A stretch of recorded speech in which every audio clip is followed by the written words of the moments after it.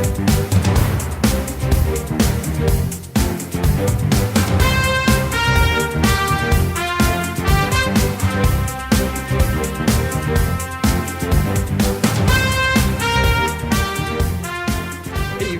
this is Chris Brodeur. I'm an online producer at the Hartford Courant, and you're listening to another episode of the UConn Insider Podcast. Today is a men's basketball episode, so I'm joined in studio by men's beat reporter Dom Amore. Dom, thanks for coming on. Anytime, Chris. Happy to do this every week. Yep, and we're going to definitely get into it once we have, once you're done with your upcoming travel. This will be part of the week, and as long as you're around, or maybe we'll get you on the phone sometimes too. But this is something that fans can, as the season moves along, they can look forward to us breaking down past games and looking ahead to future dates. So I thought today we'll start with, since we haven't talked since the preseason. Already this year has, as Christian Vital put it, a completely different vibe than last year, starting 0-2 against those. What was it, Wagner and Northeastern? Northeastern. Yeah, it certainly has, and we look at these mid-major games, and I think everyone always feels like they should win them by 30. Team like UConn should be winning these games by 30 and 35, and often it does work out that way.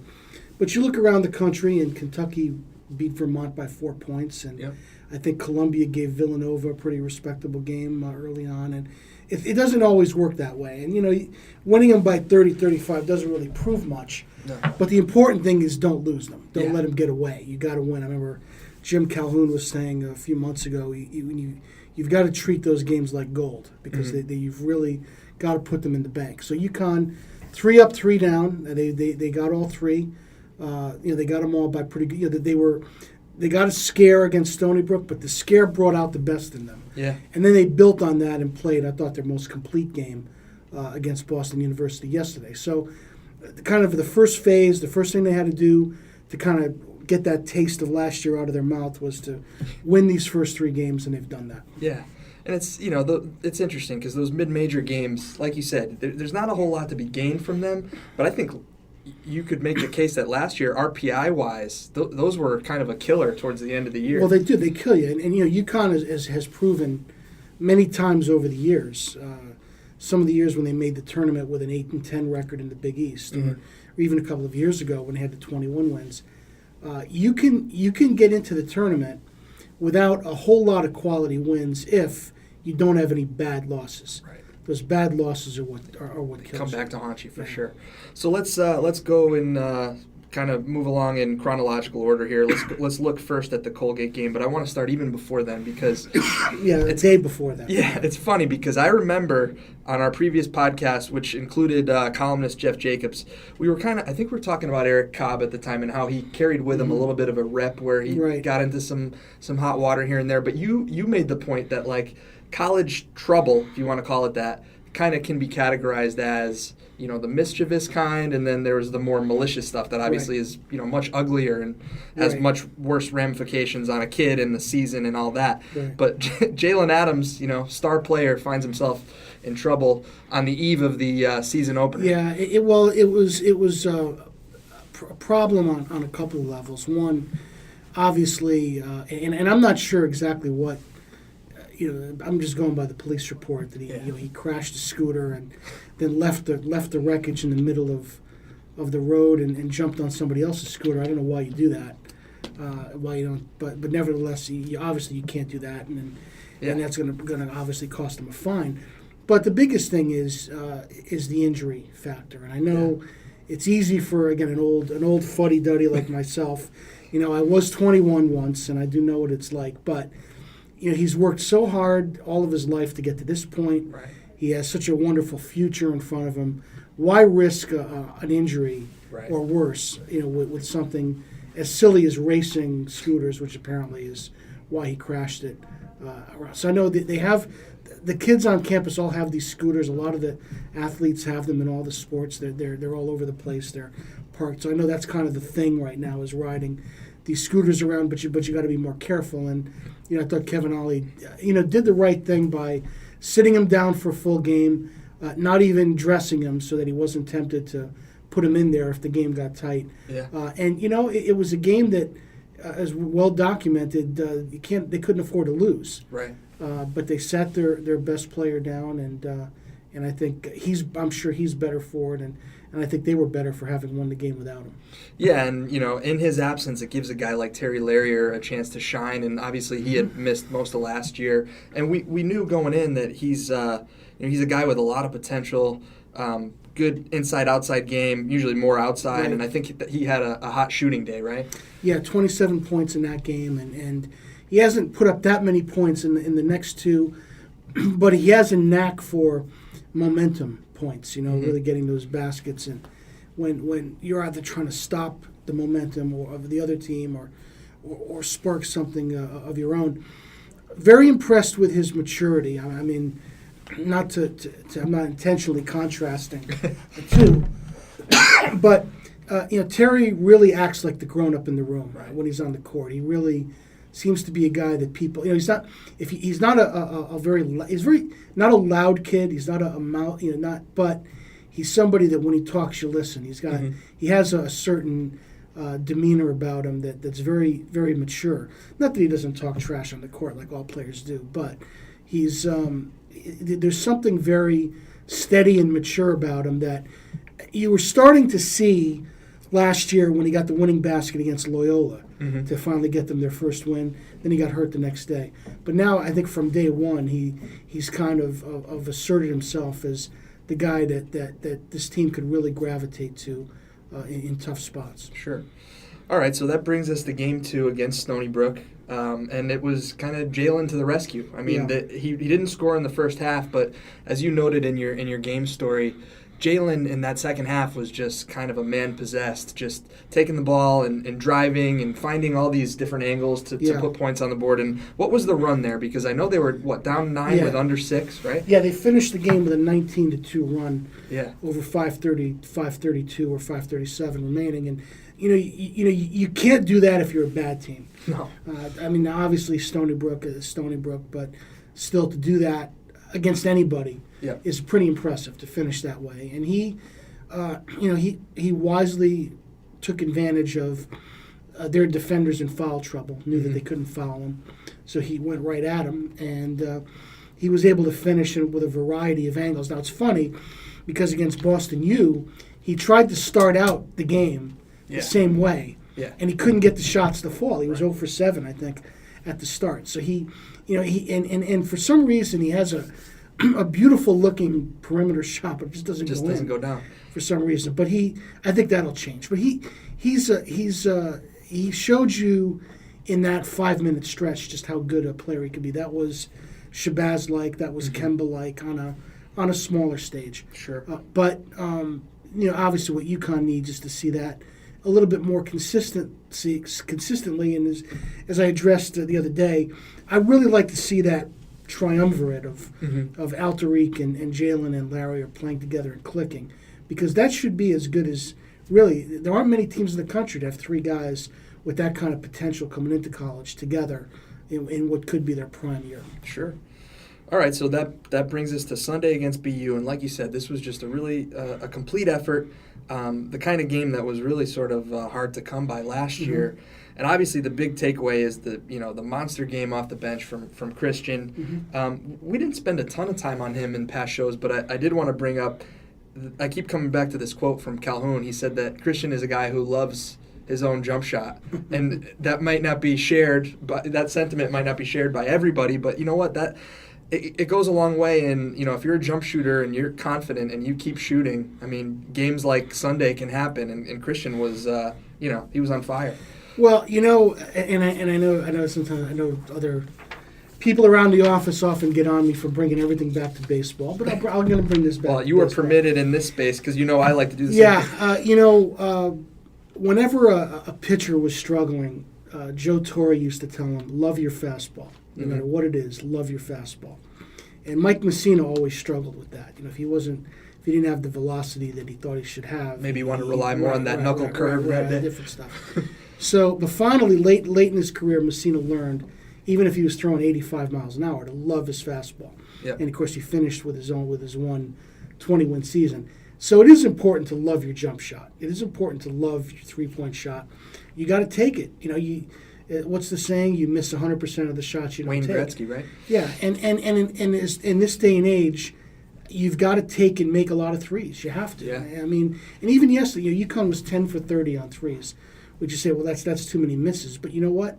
That's the equivalent of going 15 for 30 on twos. So it's important to go out there with a lot of confidence, a lot of swagger. He wasn't doing that. But also, he didn't have, when he got on the court last year from the beginning, he kind of knew that he was almost like the fifth guy in the top five. Right. And he was determined to show he was better than that, and he did. He went out and he was a pest on the court. He was pesky on defense. And that would kind of ignite him on offense. And I think everybody told him, from Jalen Adams to Antwone Anderson and finally Kevin Ollie, that he had to be, the first thing he had to do was go out there and be a kind of a ball hawk. Yeah. And he went out, started getting deflections, steals, turning the ball over, and then then the shots started falling, and he was himself again. But he got his swagger back, and obviously that was the key to the game, because the UConn started out doing everything they wanted to do, but again they couldn't get the ball to fall. Yeah, they just weren't making shots. They were pushing the pace. Yep. They were getting good shots. They were penetrating, not getting it to fall. And he was the one. He turned out to be the one guy that got shots to fall. Yeah. When he came in off the bench, and then everything revolved around that.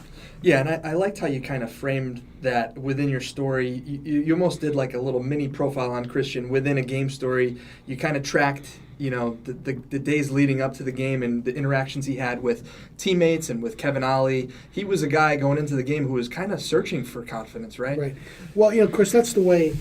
That's the way I always feel like in this day and age, you have to try to write game stories if you've got the time and if you've got the kind of people and anecdote. Yeah, it's awesome when it works out that way. Works out that way, and helped that it was a 6:00 game and had a little bit more time to reflect on it. But it was, but yeah, in the days leading up to it, I'm sure that, because last year as a freshman he didn't, go to Kevin Ollie's office and knock on the door. He didn't feel like it was his place. Mm-hmm. But now he felt like he was ready to do it. It was the first time, and he went and they had a heart-to-heart, and it worked out. And I think we've probably seen maybe a few times if you kind of pair that up with the Jalen Adams incident and how that played out. I think you're kind of maybe starting to see the process of shared experiences, team experiences, good and bad, that start to go toward melding a team together, molding a team together. Yeah. And those are parts of it. So now you're going to need all the pieces to win. Yep. UConn's been able to win without him doing much. Yesterday he's joined the party, and now you're starting to see now a little bit of Alterique Gilbert slowly but surely getting comfortable. Larrier's been comfortable. Jalen had his moment obviously against Stony Brook, and now probably the next piece of the puzzle is for some of the big one or more of the big guys to become more involved in scoring in the post. Sure. They've done a good job rebounding, good job defensively, but UConn's not getting any scoring in there. Yeah. And that would probably be the next piece of the puzzle. So guys like Eric Cobb, maybe David Amore, who what was the situation with him? He wasn't eligible to play in the first game, but he's played in the last two? No, he had a hip injury. Oh, it was a hip injury, okay. He fell and he bruised his hip. He didn't play any of the exhibition games. Missed the first game, but then he debuted in the second game. And I don't think Ollie planned to use him as much as he did, but he really liked what he was getting, particularly setting screens to get Adams and Alterique open, and it worked out great. So he started in the third game, and he's been playing a lot more. Yeah, and when you talk about these guys and their different backgrounds and this team coming together, obviously kind of a melting pot, right? All these transfers, and I think it stood out so far. A guy like Antwone Anderson, he's another one that I think you mentioned as someone that Christian sought his guidance going into that game. He seems like he might be emerging as that one of those quiet leaders, a guy who was a transfer. It's his fifth year. Maybe he's a little more mature than some of these other guys, and they're going to lean on his experience. Well, UConn's had great luck with those guys because. R.J. Evans, who was not a great player by any means, but became a very important part of Kevin Ollie's first team, and made contributions that carried over into the next season when they won it all.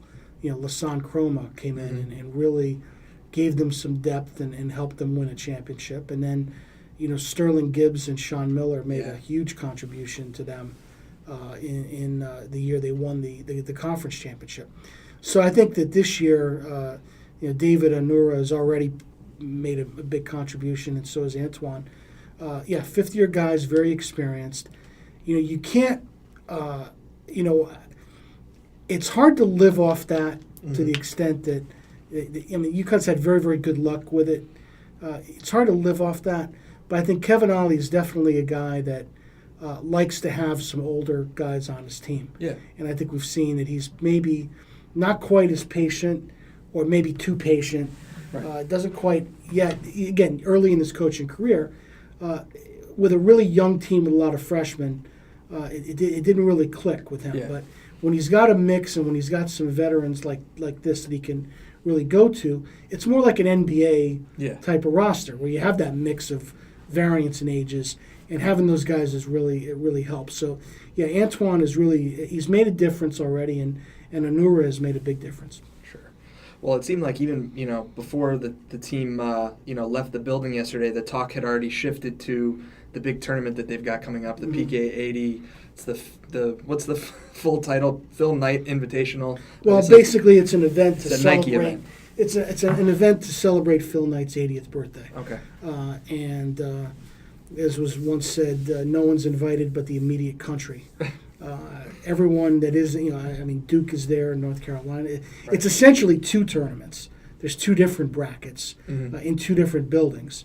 But Duke is there, North Carolina's there, Oregon is there, Michigan State's there, and of course UConn's there.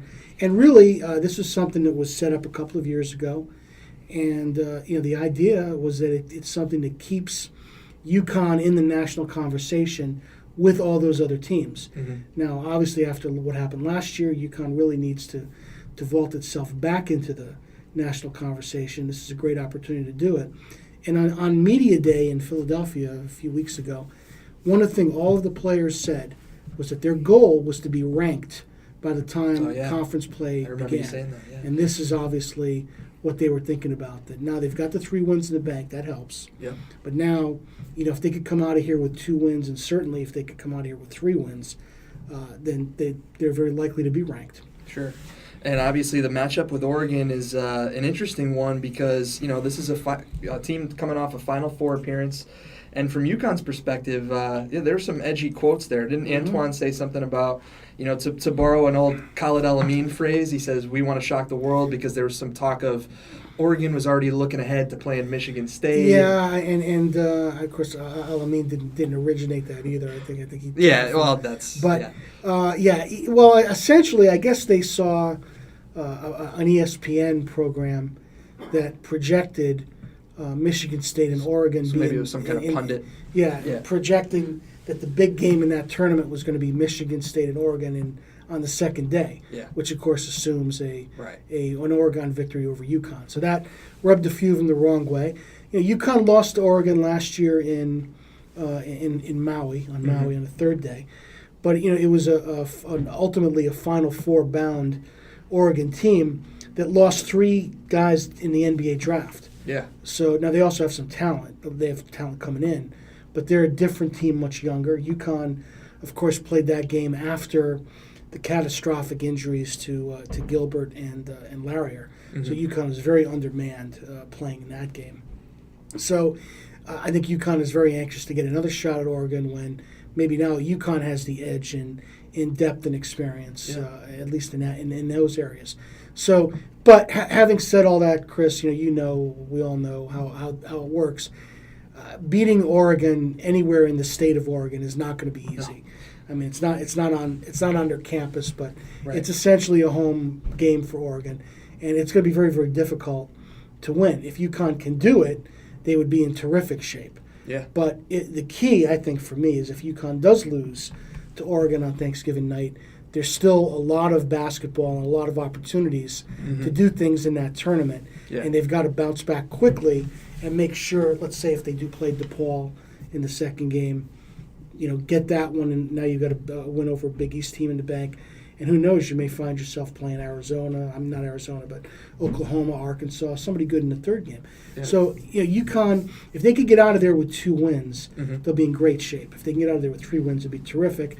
And if they are able to beat Oregon in Oregon, and then they would profit RPI-wise, reputation-wise, just by playing Michigan State in the second game. So, and we've seen them knock off Michigan State a couple of times when nobody thought they had a chance to do it in Kevin Ollie's time. So it's a great opportunity for UConn, great chance for them to show if they've really put last year behind and they're kind of back to being UConn. I thought the best thing you could say about the Boston University game, they kind of looked like a UConn team again. Yeah. And I think that's probably the best thing about them going into this event. To take a little momentum into it. And, nice opportunity for UConn fans, too. Like you said, Thanksgiving night, 9 o'clock, grab a slice of pumpkin pie. Maybe, I don't know what the NFL alternative is for that time of the night, but you get to watch some good basketball. I asked Paul Doyle this, our women's beat reporter. You guys are both going to be on the road for Thanksgiving. I asked him if he had scouted out, where's the sports writers Thanksgiving going to be. He says, because he's going to be in L.A., he's thinking In-N-Out Burger, so kind of non-traditional there. I don't know if you've had a chance to scout out where you might be. No. You're going to get home pretty late. Yeah, and of course the folks, the good folks here that work on our copy desk at night, they're very excited about a 9 o'clock start on Thanksgiving night. Yeah. They're thrilled to maybe be waiting till 1 o'clock in the morning to get my story. But I don't. When you travel on holidays, and when I did baseball, obviously I was always away on Easter, right, July 4th, and Memorial Day, Labor Day. With this, I'm usually away on Thanksgiving. I'm often away, if not on Christmas, close to Christmas. Yeah. Almost never have New Year's Eve off. So you're really forced to treat them like any other day. Mm-hmm. And so for me, my guess is that I'll probably find some place that's near the hotel that's simple, and what is tough about that though, and this was the case last year.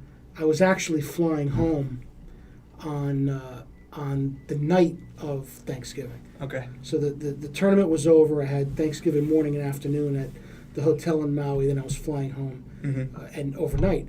But the tough part is you just kind of want to make it simple. Yeah. And have like a simple, not like it's Thanksgiving. Right. But everyone else has made reservations for the big Thanksgiving eating out event. So you can't, even In-N-Out, you can't get in anywhere. So In-N-Out Burger might be my only choice. And by the way, just again, that kind of an insidery thing. Baseball writers absolutely have like a cult following to In-N-Out Burger. Yeah, that's it's really blown up, especially the last few years. And I remember when I was on baseball, we'd go out to the West Coast and we got to go to In-N-Out Burger, and we would drive 20 miles out of our way to go to an In-N-Out Burger, and I got to tell you, I just never got it. I never really understood. It's a good burger, but when you grew up in the city where hamburgers were invented by Louis Lunch, not according to popular myth by St. Louis. Well, they registered the patent with the Library of Congress. American Registry of Beef or whatever it is. But having grown up in New Haven, In-N-Out Burger just doesn't do a whole lot for me. All right, I love it. We really got off the track. Yeah, sorry, that's my fault. But I like to put you guys on the spot with that stuff. So let's get to some odds and ends around the roster, not just for this year, but in the future. You recently wrote about a guy, Lukas Kisunas, where you talk about UConn needing some post presence. He figures to bring that for them. Native of Lithuania, right? 6'10". And he's playing at a pretty prestigious prep school right now, right? He's got a tremendous amount of talent around him, including Buddy Boeheim and a lot of other kids who are Oregon bound and West Virginia bound. He's on a very talented team. Looks like a very good fundamental player, a guy who's got the footwork. Most of the big men that UConn brings in are projects. I think this guy's much further along because of all the international experience that he has. He really knows how to pass the ball. He's a good passer for a big man. I took a little bit of a video that I posted. Kind of shows he's got some nimble footwork. Yep. I think he's going to be the type of guy that when he gets to UConn, in a role, he's going to be he's going to help them right away. I don't think it's going to be a big process for him. I think he's going to help them right away. He looks like the kind of well, you see the kind of more polished big man that you'll get from with that European experience. Yeah. A little more focus on sort of the finesse stuff versus the brawn and the banging inside. But he does have the ability to do that because he's a big beefy young man. Sure, and he's so that school, that Brewster Academy, that's where Jalen played there. Jalen Adams and Mekhi Ashton Langford and Sidney Wilson. So it's been a place that UConn is a place that prepares kids very well for UConn. Sure. All right, let's play a little Husky. Where are they now? Because I know over the years you've done a really good job of tracking down some of these guys that are, still hanging on to that NBA dream at various degrees. And you recently wrote about a couple of those guys. One was Shabazz Napier, and the other was Daniel Hamilton, and they both had some cool stuff happen to them. Yeah, Daniel finally made his NBA debut. He came up for a game. He's kind of a pioneer of sorts with the two-way contracts that have kind of strengthened the ties between the NBA and the D League, which is now called the G League. But he can spend up to 45 days in the NBA under his current contract, and he had a triple-double with the G League team, and they rewarded him by bringing him up for a game with the big. It's one of those. That's a place where the D League team is in the same city. It's in Oklahoma City, so they brought him up for a game against the Bulls. He got in for a couple of minutes, then he went back down.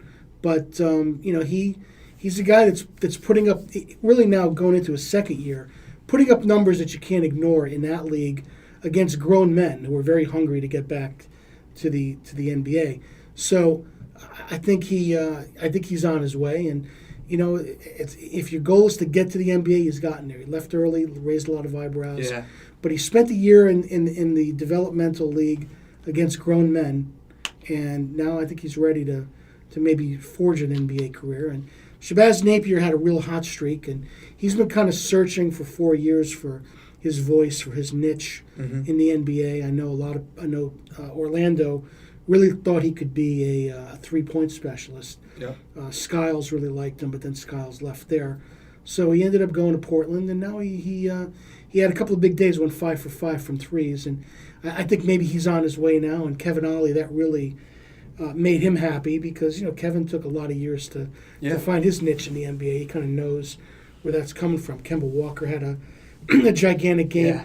You're kind of seeing Rudy Gay, I think, has maybe found the right spot for him. Yeah. He's always been a guy that the analytics people didn't like for various reasons, but now that he's kind of can fit into a role in San Antonio, the kind of organization they have. Right? What a system. Yeah. I think he's going to, I think, be a big, almost way back before your time. Kind of reminds me when Bob McAdoo was such a big star in the NBA in the 70s on an individual basis, but then ended up being part of playing a role with the Lakers, and that was probably the best part of his career. Rudy Gay, I think, might be headed that way. And in back in the G League, Rodney Purvis is really burning it up. He's had over 20 points nearly every game for Lakeland, and again, something you can't ignore. You have to wonder the team that might be looking for scoring punch in the backcourt might not start taking a look at him because he's doing it against. He's playing with Troy Caupain from Cincinnati. Yeah. He's doing it with and against some big time college players. Sure.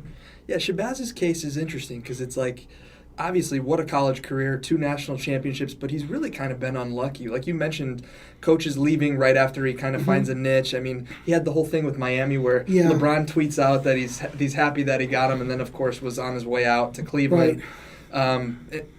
Based on how tenacious of a college player he was, you figured he would eventually figure it out in the NBA, and maybe now he's going to be kind of a late bloomer. Well, people had questions about whether Kemba would be a good NBA player. That's true. And it took him a while. He was, he was always good, but he's really blossomed in the last, 3 or 4 years.